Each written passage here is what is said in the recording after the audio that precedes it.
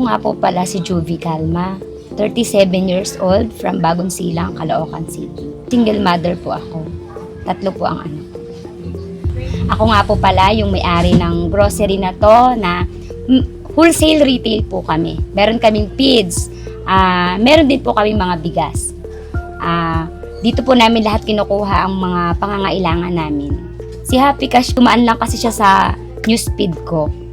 Si Happy Cash. Tapos, that time noon, kailangan namin ng pera dahil na-short kami.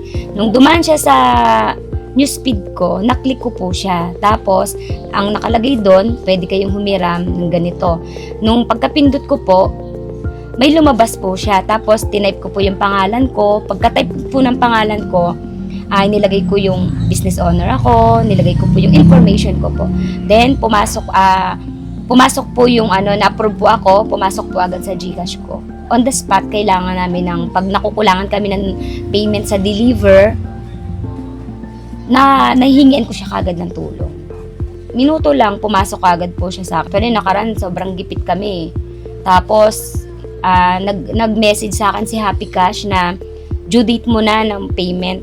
Kumbaga, binayaran ko yun kagad. Tapos pagkabayad ko, for example, 5,000.